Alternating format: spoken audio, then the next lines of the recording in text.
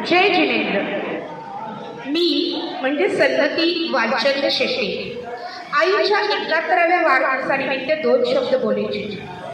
प्रत्येकाला आपल्या आईसारखी दुसरी आई कुठेच नाही असं वाटते। मलाही वाटते।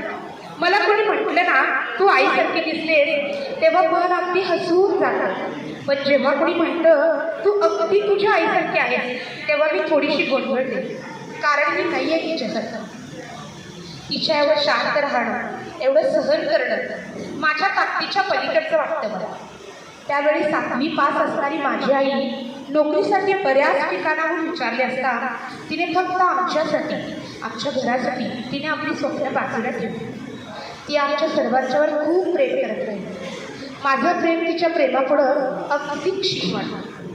ती खूप खंबीर आहे बरं का, आणि कोणत्याही परिस्थितीत खंबीरपणे उभी राहणारी आहे, पण मनाने अतिशय मृदू, कधी बोलकी, पण बहुत वेळा तिचं मौनच समजून घ्यावं लागतं।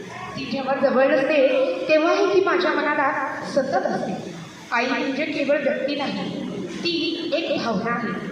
ती तुझ्या यशातल्या आनंदात, तुझ्या अपयशातल्या धीरात आणि आयुष्याच्या प्रत्येक वळणावर सावलीसारखी आणि आशीर्वादासारखी अशी आहे। आईची जागा या जगात खरंच कोणी घेऊ शकत नाही, कारण ती एकदाच येते या जगात, पण संपूर्ण आयुष्यभर आपली बनून आपल्या